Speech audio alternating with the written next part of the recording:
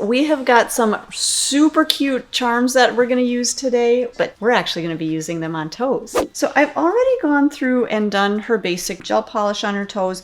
On all of these down here on the small toes, I've done base coat, 2 coats of color, and top coat. So those are actually all finished, but I wanted to save the big toes to do the charms on. So on this one, I've got base coat, a coat of color, and then it still has that tacky surface, but it is cured out. To adhere these, you can use either glue, or I'm using our clear Sculptor today from our Synergy Gel collection. So this is a hard gel, and I really like the consistency of this because it's a little bit thicker, so it's going to hold on to those little bit larger, larger charms. So I'm just going to kind of take a look, just grab my tweezer here. I'm going to pick up my charm, kind of position that right where I want it. And you're going to notice this is a little bit of a larger charm. And I'm going to squeeze out just a little bit of that clear Sculptor right onto the nail.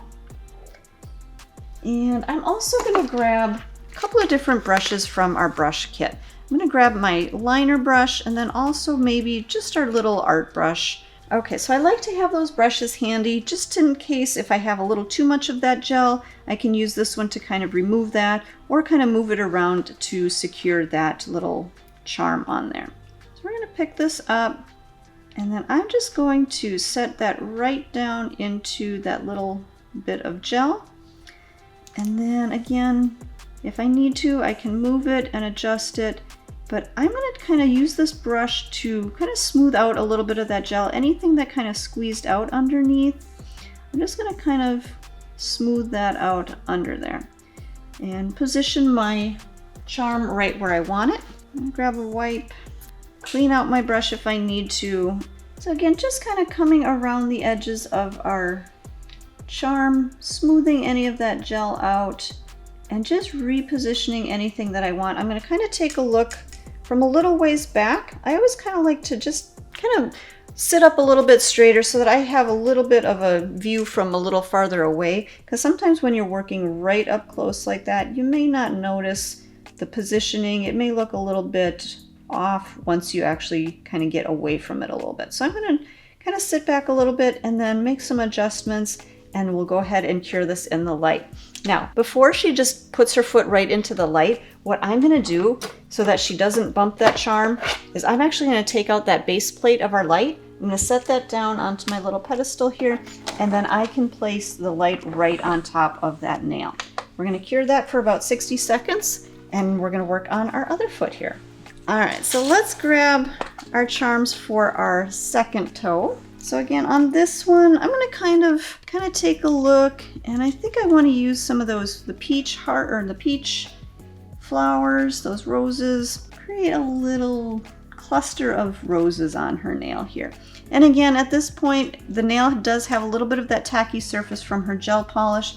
So I'm just kind of setting those on there, just to kind of see what that design is going to look like, okay?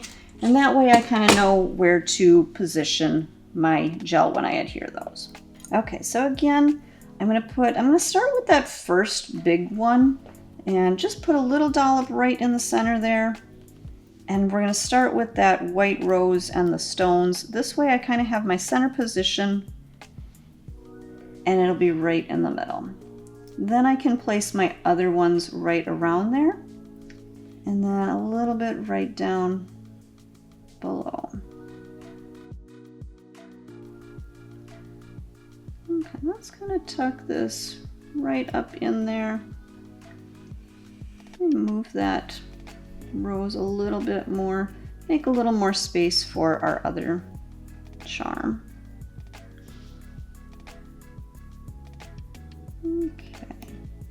I'm going to move a little bit of that gel, just kind of using the bottom part of that charm just to kind of coat the base of it. And then we'll just kind of tuck those in together a little bit. Okay, I think I like how that looks. I'm going to grab my brush again and just kind of smooth out some of that extra gel that was on the nail so that there's not a big ridge or a lump or anything. And again, kind of right in between. All right, I think these are going to go into the light. I like how those look. So again, with these, we're going to cure for another 60 seconds. Okay, so I'm using ManiQ Top Coat. It's just my personal preference for when I'm working on a natural nail. just going to kind of work around that little charm, underneath anywhere that I can get underneath there, kind of sealing around the edges of it. And it can be a little bit tricky. You can kind of see that I'm kind of working into some tighter areas. So a lot of times what I'll do is I'll grab a little mixing tile or just a little ceramic tile like this. I'm going to put a little bit of that top coat onto my tile, and then I can use my liner brush or your other art brush, whichever works for you, and just kind of come around the edge of that. That way we're going to seal that polish onto the nail. We're going to kind of seal around the base of our charms here, and we're going to top coat that whole surface. Get all the way around there. And then by coming around the edges of that, it's really going to kind of really just hold that charm onto the nail. I know you can see there's a little bit of empty space underneath that, and you got to be careful because things can get caught. But if we do seal all the way around the base of that charm, you're still going to get really good adhesion. Okay? And even maybe just right in between there, kind of sealing around those edges. So the better you can seal around the base of your charm, the better adhesion you're going to get. Okay, I think we've got our top coat on that whole nail. Let's go ahead back into the light. We're going to do another 60-second full cure on that one. Again, I'm just going to top coat around this, right around the base of our charms. And again, if I need to, a little bit of that top coat on our mixing tile here. And then again, I can use my liner brush to really seal those in around the edges.